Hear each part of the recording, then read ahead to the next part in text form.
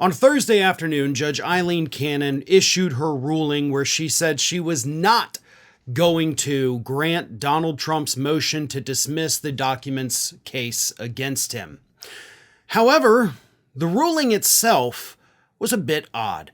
According to legal analyst, legal expert, and of course former prosecutor Joyce Vance, the way that Cannon actually wrote this ruling, in Vance's words, was, quote, deliberately dumb. Let me read you this sentence from Judge Cannon's ruling that Vance specifically calls out. Judge Cannon wrote, "The overall question presented depends too greatly on contested instructional questions about still fluctuating definitions of statutory terms, phrases as charged, along with at least some disputed factual issues raised in the motion." And Joyce Vance said this about that particular sentence and so many other sentences in this idiotic ruling. "The judge's ruling was virtually incomprehensible even to those of us who speak legal as our native language. If you tried to write something that was deliberately dumb, this sentence would be it.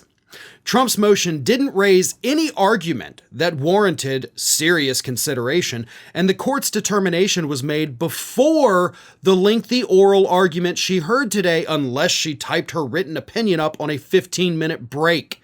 It looks like the kind of sentence a law clerk might decide was insufficiently precise for anyone to understand, which could be its appeal here for Judge Cannon. But I'm afraid of what I think it means." And Vance does go on to explain what she thinks it means, and that is what she calls the nightmare scenario. But let me point something out here that Vance said that is obviously very concerning. She had that ruling ready to go when the arguments were done. Like, this 24-page ruling was already like, here you go, thanks for talking. She wrote the ruling, had made her determination before the arguments even happened.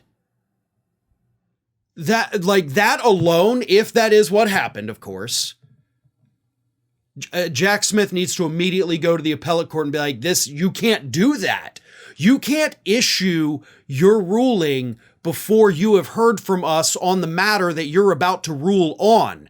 That is judicial misconduct, and Aileen Cannon should not just be removed from this case, she should be removed from the bench entirely for doing that. That is the kind of thing, by the way, that a judge can be completely removed from the bench for doing.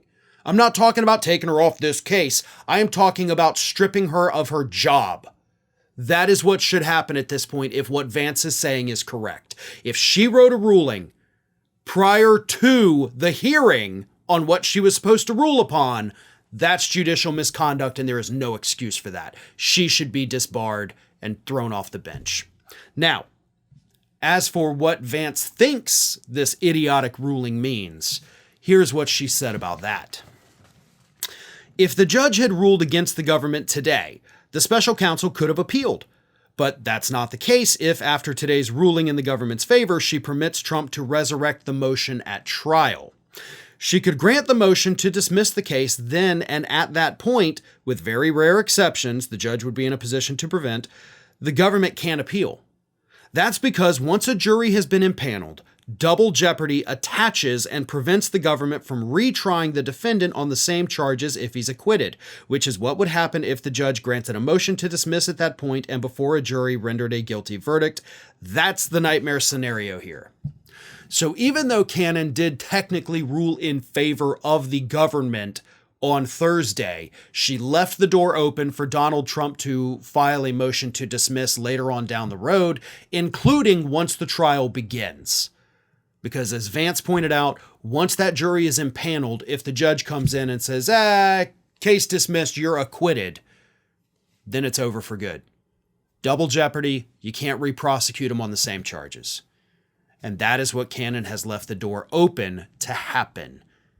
So we'll see what happens. But I do think, just based on if she had already written this ruling before the hearing, Smith already has enough information to get her kicked off this case, if that's the route he wants to go. And I firmly believe that's the route he needs to go.